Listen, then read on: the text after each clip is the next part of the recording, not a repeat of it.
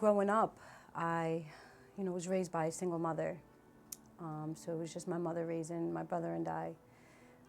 My father was never really around. He suffers from his own addiction.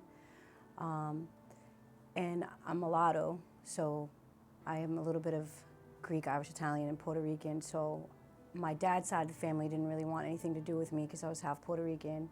And my mom's side of the family would always call me white girl because I was the whitest one. So I never really felt like I fit in anywhere. And I didn't feel loved. There was a couple of molestations as a child. First one at 5, and then there was 2 other ones. And one of them was multiple times by a family member.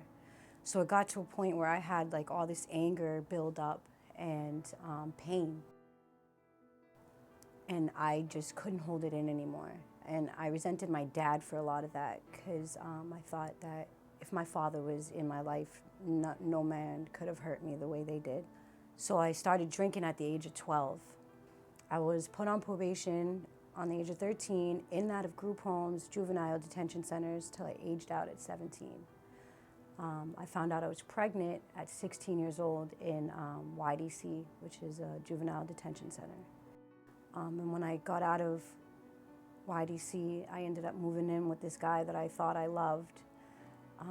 And that relationship became very abusive for 6.5 years. But nobody knew. I put on that front, as we would say. I put on that mask very well where nobody knew what I was really going through. And I did that my whole life. I never really dealt with any traumatic event in my life. I had enough and I wasn't going to raise another child in that atmosphere.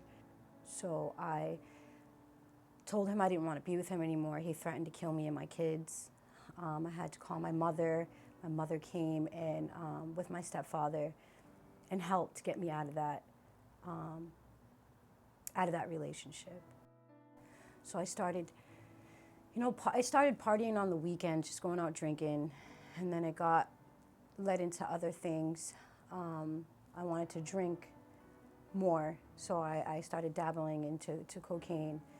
And then from cocaine, it led to Percocets, and from Percocets, it goes right down along the line. My drug use got so bad to the point where I started getting arrested for drug charges, for trespassing. I've overdosed multiple times. One time I was left on the side of the road for dead in a snowbank. Woke up in the hospital.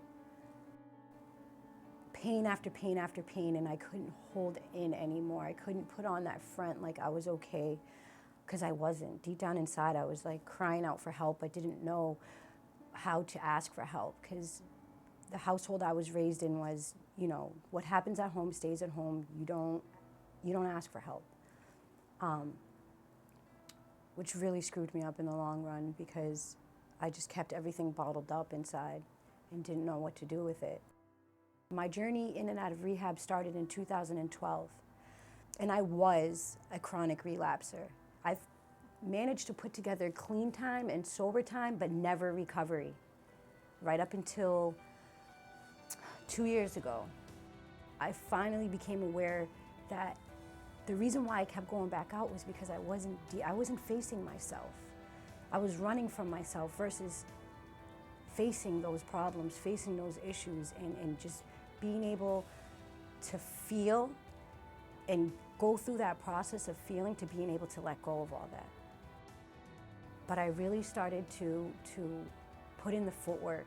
I did my step work. I did, the 12-step program. The number one ingredient of my recovery is my higher power. I'm a recovery coach today. I got my high school diploma, which I never thought that I was gonna get my high school diploma. Now I'm looking into colleges to apply to further my career in the recovery field. I have a passion for letting people know that it's not the end. It is not the end. You can get up, you can keep fighting. Never give up on yourself, because there is hope. My name's Natacha Davis. I am a woman in long-term recovery, as well as a recovery coach over at Revive Recovery Resource Center in Nashville, New Hampshire.